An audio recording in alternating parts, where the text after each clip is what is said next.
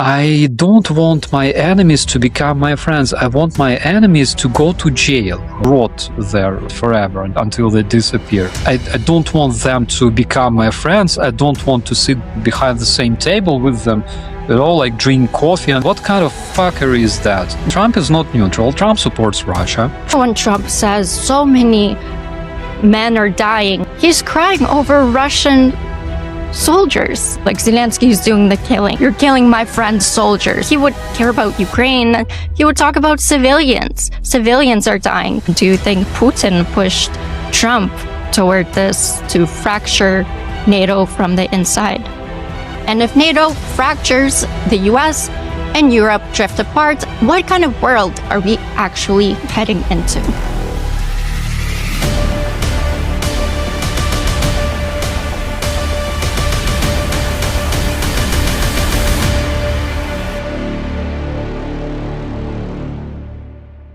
Donald Trump stood on the world stage and told European leaders that without America, they'd all be speaking German. Without us, right now, you'd all be speaking German and a little Japanese, perhaps. He also announced a so-called Board of Peace, even though one of his members couldn't attend because he would have been arrested for war crimes. At the same time, Trump claimed the United States needs to take Greenland to protect it from Russia. The same Russia he just invited to sit on that peace board. Then he demanded a Nobel Peace Prize. Is Putin finally getting what he has wanted for decades? A broken NATO, not through tanks or missiles, but through Donald Trump. And if NATO fractures, what kind of world are we actually heading into?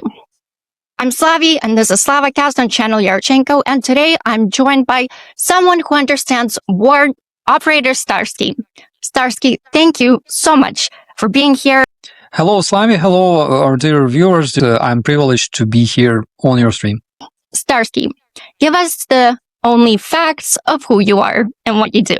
I'm a Ukrainian veteran. I served 10 years, 1 year in the Police Special Forces Battalion in 2015 and 9 years in the National Guard of Ukraine, 4th Operative Brigade of the National Guard called Rubizh, the Hostomel Brigade, and currently I'm a host at UATV.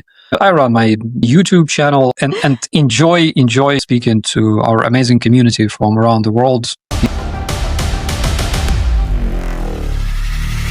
Germany expelled a Russian diplomat for spying. A Ukrainian German traitor woman was arrested for feeding Russia information about drone testing, defensive sites, and Ukraine's military support. German authorities say she was helping Russian intelligence attend political events under false identities and map networks inside Europe. This isn't history. This is happening now. Also, here in US. So, Starsky, you are in Germany. Does it feel like a continent is preparing for defense or a continent already under attack? German military are preparing, studying our experience, and Ukrainian veteran organizations in Germany are working together with the German defense sector. So we are talking about the war of today, and in military academies and military institutions, we're learning the wars of the past. We never prepare for the war of today. European part of NATO are changing their approach, their doctrine to the new war, because we are preparing for the Russian invasion. So we're talking about the end of the decade when this invasion is most possible. We are talking about absolutely new type of warfare. Jets, big ships, tanks and stuff like that are being destroyed by small, cheap drones and cannot be replaced easily. So America has a very strong military, but I don't think they've fought battles like in Ukraine. They do missions, but nothing like, right? Guys from the United States who arrived to Ukraine, they would go like, so where is our air support? Where is our artillery? And we're like, we don't have it. They're like, so how do you fight? And we say, well, this is how we fight. So American army, since the times of Vietnam, didn't have much experience like this. Maybe the Gulf War, guys, 30 years past, even a bit more. And the situation is completely different. The doctrine is completely different. States Army has very good training. They were participating in multiple different conflicts. They have great experience. It's not only about the direct experience, but also about the training. Davos, Donald Trump announced something he called a Board of Peace. It is not a UN peacekeeping force. It is not a NATO initiative. It is not a recognized international body. It is a private board that countries can pay to join. The price is $1 billion. The countries invited to join include United States, Russia, Saudi Arabia, the UAE, Turkey, Qatar. Ukraine was invited. Zelensky declined. Zelensky said it's hard to sit on a peace board with a country that's been bombing you. Russia agreed to join, but here's the twist. They said that they would pay the $1 billion fee using frozen Russian state assets currently held in United States.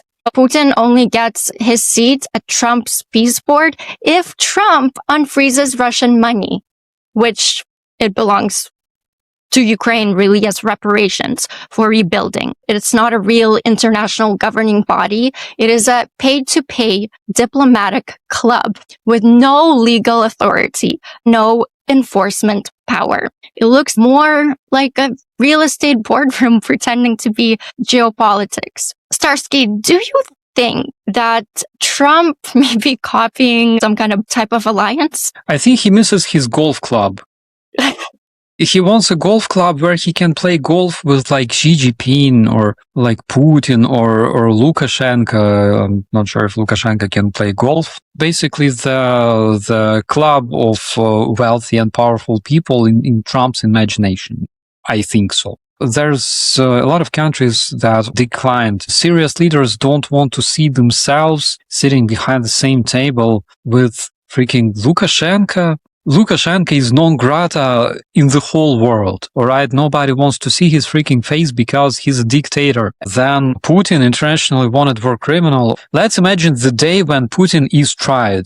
How many people will feel unsettled because of that? As much as like, drinking a cup of coffee. Do you want to go to Hague for that and explain why the hell did you had that with Putin, the despicable, internationally wanted war criminal who kidnapped kids in Ukraine and bombed civilians? Why exactly Trump loves tyrants, dictators so much? I have no idea. People who don't have much critical thinking say, well, it's Trump's way of solving problems, speaking to our enemies and making them our friends. I don't want my enemies to become my friends. I want my enemies to go to jail. That's what I want. When somebody like rapes children, kills them and puts them in the mass grave, or bombs a freaking theater with huge letters saying children in front of it, and using it as a name and bombing that place, burying hundreds of people in the debris, I want those people to go to jail and rot there. I don't want them to become my friends. I don't want to sit behind the same table with them, drink coffee and say, you killed a lot of our men back then, including women and children. You're such a remarkable person. I'm glad that we're friends. What kind of fuckery is that? When Trump says that, Zelensky has a problem, he hates Putin so much, that's literally because Trump has no fucking understanding of what the war is, alright? What the real life is. And in order to understand it, he better go and visit Ukraine. When Trump says so many men are dying, he's crying over Russian soldiers. If he would care about Ukraine, he would talk about civilians. Civilians are dying, but he never mentions Ukrainian civilians, what Ukrainians are going through. He gets mad like Zelensky is doing the killing. You're killing my friend's soldiers. How dare you? Trump is not neutral. Trump supports Russia. Trump roots for Putin. Trump admires Putin. They don't want people to root for terrorists because this is wrong, because it gives people wrong opinions. It gives people wrong values. What values do Russians have? Sending people into meat assaults, kidnapping children, shooting civilians, bombing civilians, recruiting teenagers, using them as suicide bombers as if they're like ISIS, all right?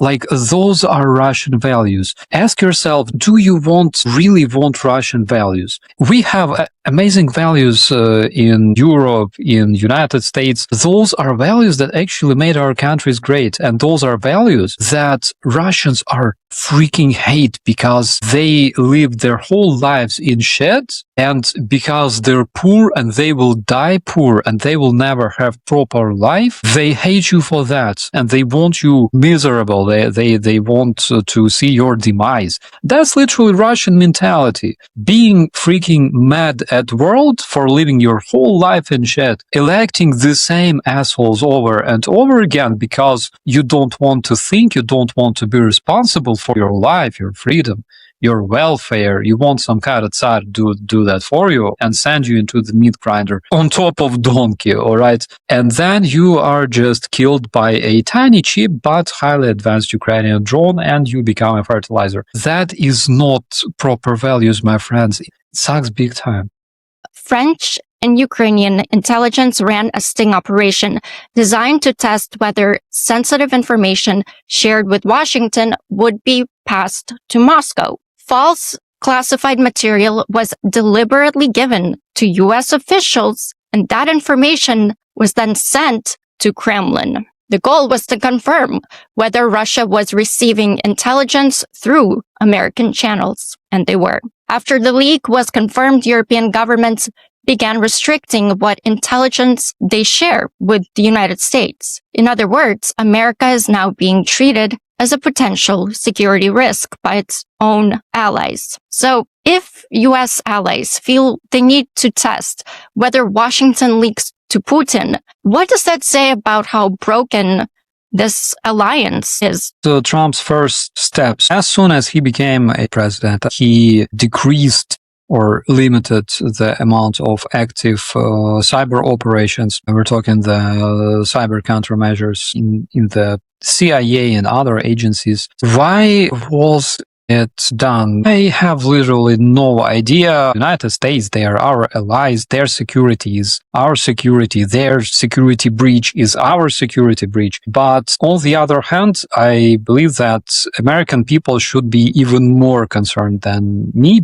Since 2014, when the Russian hybrid invasion started, we cleaned hundreds of Russian moles or Russian spies operating in our headquarters, in our security agencies, intelligence agencies, and this process continues. Sometimes it's necessary to extend the counter-espionage agencies. Not a lot of countries actually conduct any operations on the Russian territory. Russia can basically penetrate the Western society through social media because Western society is very open. In Russia, it's a different story because in Russia, they don't have freedom of speech and they don't have independent media. Conducting informational operations on the Russian territory is literally impossible. In terms of cyber warfare, of course, there are multiple hacker groups that are stealing very sensitive information from the United States, from European countries. One of the recent attacks was actually the attack that disabled several airports in Germany. Russia,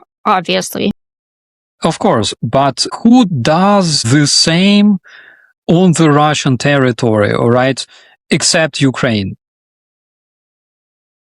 Operation Spiderweb, Operation Kerch Bridge 3 times, multiple operations involving our hackers that strike Russian state establishments, that wipe their data, steal their data, provide us with some absolutely remarkable email correspondence, right, belonging to the Russian war criminals. It's done by Ukrainians primarily, by different volunteers. Besides Ukraine, neither United States nor United Kingdom nor France, they don't conduct any active measures on the Russian territory. Currently, this is only a war of Ukraine against Russia and the war of Russia against everybody else, the civilized world, without any symmetrical response, which is freaking crazy because having all the resources that European countries have could F up Russia very, very bad. British intelligence is absolutely amazing and brilliant. French intelligence, they are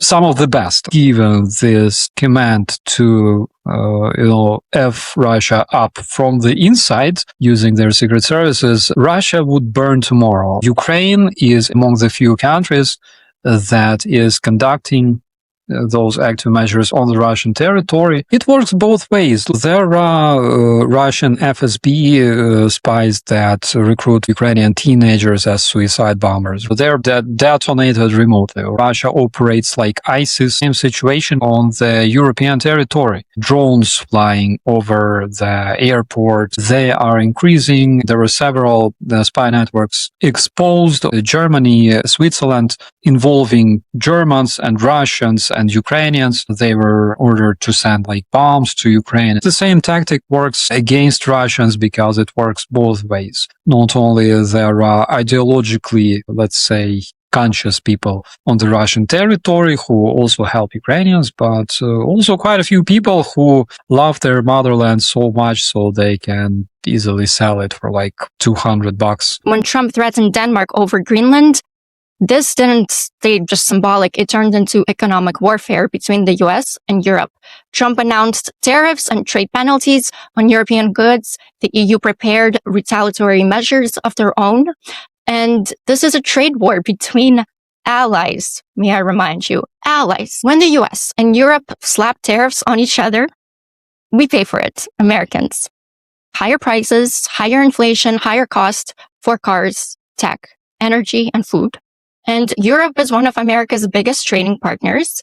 When that relationship breaks, households feel it, not politicians. Starsky, from your perspective, do Europeans see this as just Trump posturing or the beginning of something breaking, like for real? This is a breakup. Europeans will try to do whatever they can not to let it happen. Trump plays with those laws like a maniac without even realizing the consequences of that. It was like that when he was fifth president. Trump is a person who actually doesn't keep his word.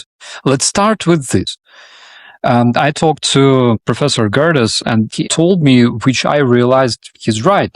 He said, when Europeans listen to Trump's statements, they go shocked. But to Americans already like got used to it. He says a lot of crap. Europeans are different because to Europeans, your word should be worth something. When you promise, you should keep your promise. That is literally the fundamentals of business, okay? If you're not a trustworthy partner, what sort of businesses will have any relations if you cannot stick to your words, if you cannot follow your promises? This isn't just tanks and missiles anymore. It's espionage, influence, infiltration, and political sabotage. Alongside the spy networks, we're watching extremist narratives spread through culture wars, social media, and political movements. Far-right parties, anti-Ukraine messaging, and anti-NATO rhetoric, all growing at the same time. How much of what you're seeing, the far-right, the anti-Ukraine messaging, the anti-NATO rhetoric feels organic, or how much of it feels engineered? It feels engineered most of the time, and especially considering the fact that whatever far-right party in Europe you spit in the group of far-right guys, you will probably hit a Russian spy, because considering the amount of cases of espionage, cases of cooperation with Russia, with Russian soft power agencies, are the people behind the far-right and far-left movements around the globe. That also FSB, FSB, SVR, Russian intelligence agencies, they all work with marginal movements, both far left and far right movements. From a communications perspective, what's the best way to fight extremist messaging when it hides all these narratives inside the culture war? The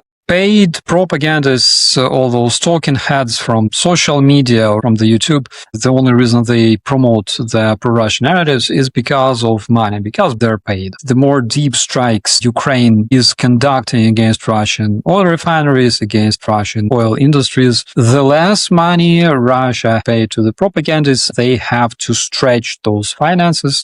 Russia is currently spending between $2 and $20 billion. All sorts of funds are directed at approximately between 3,000 and 5,000 talking heads around the world. Majority of them are in the United States. So you can approximately calculate the amount of money they spend, plus politicians, plus political parties that they bribe. So at some point, when they run out of their financial resources, those guys will not be supporting Russia much because they won't do that for free. What we can actually do is literally support Ukrainian defenders so they strike Russia painfully, massively, and making run out of its financial resources, which fuel the Russian propaganda and disinformation. Usually Davos is a bunch of people in suits talking about markets, AI, the future of the economy. A lot of it polite, some is boring. But this year, Davos felt different. This year was filled with moments where you didn't know whether to laugh or panic. Donald Trump on the world stage calling Greenland Iceland multiple times. Him threatening NATO allied over Greenland. We had two speeches that stunned the room. Mark Carney, Prime Minister of Canada, and Zelensky, both calling out the system, both getting standing ovations. Starsky, did you have a standout moment from Davos this year? There was a lot of cringe. I know that Zelensky and Carney's speech were very good.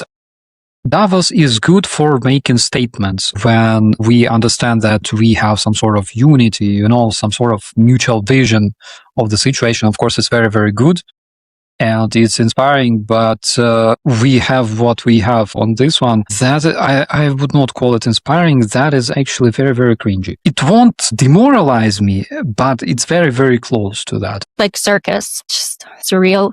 How much time should people wait to see details on those horrific crimes by world's biggest sex offender? The moment I saw the Epstein survivors sharing their stories, I realized there are 1,200 people like them. And who is prosecuted for that? Who is arrested for that besides Maxwell and himself? Basically, nobody who committed those crimes against those girls. It's horrible. They evaded responsibilities because they are rich, they are powerful, and human lives don't matter to them at all. But no one is untouchable. That's the mistake many of these guys drunk on power get. They think they're untouchable. One moment, then they always fall. In Ukraine, when we saw the same level of despise towards our rights, our freedoms, we basically solved this problem very, very fast. Look at Yanukovych drinking vodka in Rostov and you will understand. Ukrainian people, we hate when somebody with power considers themselves like invincible, untouchable. Doesn't work with Ukrainians. 5 million documents. The story is the Epstein survivors gathered in a group and they are conducting their very, very own investigation. So they will be finding connections and the co-conspirators, Department of Justice, like everybody else, that like they just don't care, all right? They just keep claiming that there were no co-conspirators. Those 1,200 absolutely legendary people, they gather together and they're working on this. All right. So they're conducting their very own investigation. And this is something absolutely inspiring. The last time Denmark sold land to the US, was in 1917. It included Little St. James, more commonly known as Epstein Island. Denmark sold Danish West Indies to the United States for $25 million, a deal that included the islands that are now the U.S. Virgin Islands. Among them was Little St. James, the island later made the infamous Epstein Island. As part of the agreement, the U.S. also pledged it wouldn't oppose Denmark's control of Greenland, a statement known as the Lansing Declaration. More than a century later, one of those Caribbean islands would become one of America's darkest modern scandals, while Greenland is once again at the center of geopolitical tension. History sure has a strange way of echoing. How crazy is that? My God, that's insane. Wouldn't you say? I agree on that, but on the other hand, I can understand Trump, alright? Like, agreements, memorandum, just say that, Haitians eat dogs and cats and everything will be fine. Like, people will believe. Stop appeasing Trump. We always say stop appeasing dictators. Trump is right there. He tends to listen to those that stand firm and tell him no. He backs off.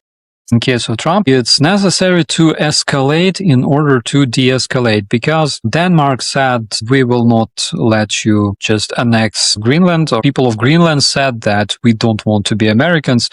We have something that you, Mr. Trump, probably never heard about. We have dignity, we have patriotism. Someone even said that there is a possibility that every citizen of Greenland would receive $1 million. Dignity costs more. European Union is bigger than United States in population, in resources, and intellectual power.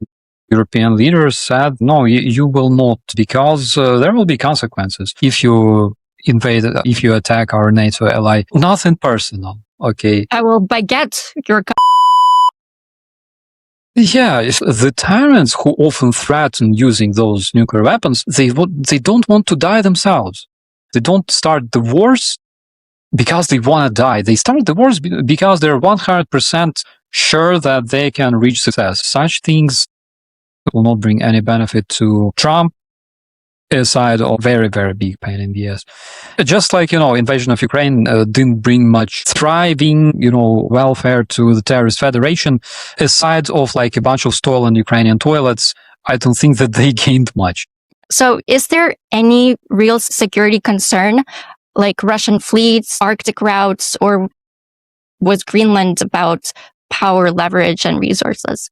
And these freedom cities for oligarchs. Look, Russians have bases that are located much closer to the United States than Greenland. Their nuclear submarines are located 90 miles from the American border, from the beautiful state of Florida. Why there is no concern about that stuff? There is no information about the expedition forces of China or Russian Federation being prepared to invade Greenland, With what fleet? Ukraine sunk a lot of it. Why the fuck Greenland? I did see kind of glimmers of possible new alliances being made. Those alliances, they need reform. They're not effective anymore. Even Zelensky is tweeting something here and there of new alliances. Do you think forming new alliances would be effective? I think it might be effective, but what might be even more effective is reforming and preserving the older alliances. It's very, very easy to be, Americans are saying shit about me, like, fuck them. Let self-isolate, exit NATO, and let us just forget about that. It's very important to keep the strategic partnership with the United States, right? Because regardless of who their government is, they are our friends, they are people like us, we still share the same values. And imagine the United States exits NATO and faces immediately North Korea, Iran, Russia, China, who else? Cuba combined or against United States. There's nobody to help them like it was in 2001. It's not our interest to see demise of United States. It's so childish to think this way. We need to make sure that we have strong collective security, right? We need United States to be strong. We need all our allies to be strong, and we need our collective security to be unbreakable. We already have pretty good alliance that worked well, only has several issues. Issue number one, 99% of countries have common vision. Then we have, for example, Orban. The dude literally vetoes everything. Only one vote can block everything. One nation can screw everything up like that with one vote. Yeah, Where's the democracy? That's not democracy. The same in the United Nations Security Council. Everybody condemns Russia for its atrociousness, war crimes. Russia just says, I don't care. You can condemn me as much as possible. I'll just veto you all. A lot of organizations that should be reformed. It will take much less effort to reform them than actually create something new. Why should we invent a wheel when we already have? I really respect that answer and how you explained it. But in theory, let's say France goes extremist, go completely pro-Russia, go to NATO. It seems like the alliances wouldn't hold up anymore. What do you think is going to happen with Coalition of the Willing? Do they have the will? If we're talking about possibility of creating some kind of alliance based on Ukraine's closest allies, the countries that are currently in the Coalition of the Willing, they're Baltic countries, G7, there we have it, all right, have foundation for creating NATO 2.0, or if we have such a desire. But at the same time, the question is, how long will Trump continue selling the weapons to those countries so they deliver them to Ukraine? How much time do we have? That can end literally tomorrow, and he will say, I'm just not doing it anymore. You're not giving up Donbass, so no matter what kind of organization of willing you have, I don't care. I will not be selling you weapons anymore. So it's another question. One thing that actually gives me just a bit of hope is that Zelensky today informed that he talked to Trump regarding the interceptors for the Patriots, and there is a tiny, tiny chance Trump is so much unreliable in terms of what he's saying, finishing the war in Ukraine in 24 hours and 1 year, sanctioning Russia. Where are those sanctions? Tomahawks to Ukraine, then no tomahawks to Ukraine. He's so much unreliable. Nobody trusts this man anymore because he literally doesn't keep his word, which is fucking embarrassing for a man. Simply as that. It's fucking embarrassing for a man. By the way, it's so amazing talking to you. I could talk to you and learn so much from you. Before we let you go, we're doing a SlavaCast fire round. No thinking, just vibes. What's your favorite moment in Ukrainian history and why? Revolution of Dignity, because we realized we have it. What's your favorite Ukrainian food? Tiny cheese pancakes. Delicious. Do you prefer Ukrainian food or German food? I generally prefer sushi. If Ukraine were a person at a party, what would they be doing right now? I think they would be probably eating, because generally speaking, Ukrainian people love eating. We enjoy this stuff. Whatever is going on, wherever you are, first thing, you gotta eat.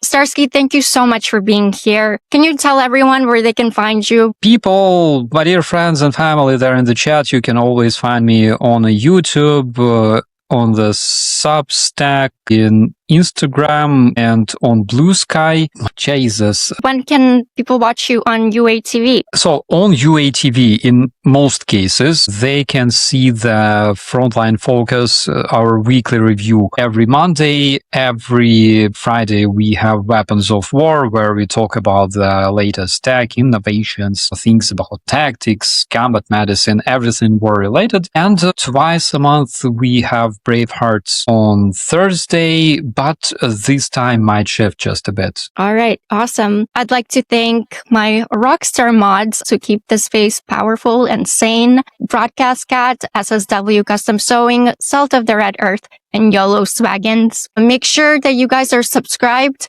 hit like, drop a comment, and share this episode. If it made you think, laugh, learn, or rage a little, all are valid. Look out for SlavaCast episode. next week. And God bless everyone, except the Russians. Slava Ukraini. Героям слава. Bye, guys.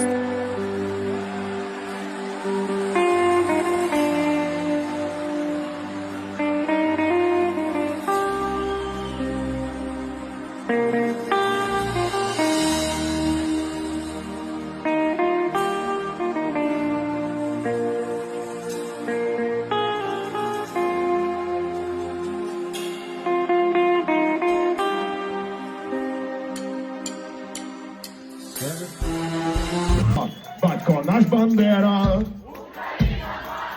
ми за Україну будемо воювати. Та будуть царські! Ми за Україну будемо воювати.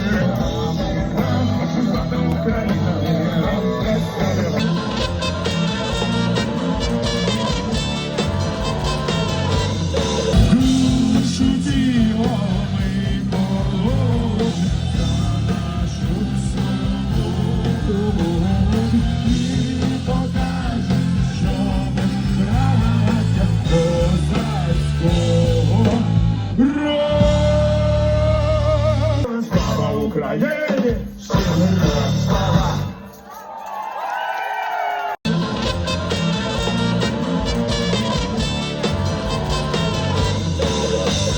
Батько наш Бандера, Україна мати, ми за Україну будемо воювати. Батько наш Бандера, Україна мати, ми за Україну будемо воювати.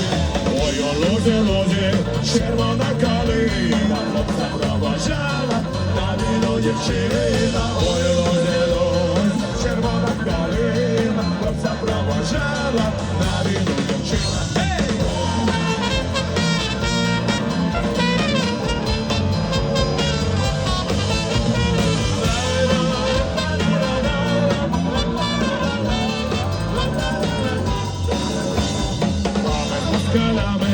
Не будемо жити, їх аж до Сибиру будемо лупити, а ми з москалями не будемо жити, їх аж до Сибиру будемо лупити.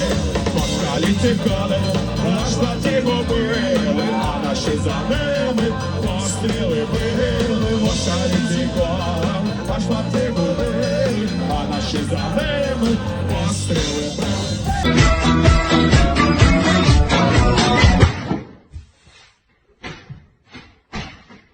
Слава Україні! Слава!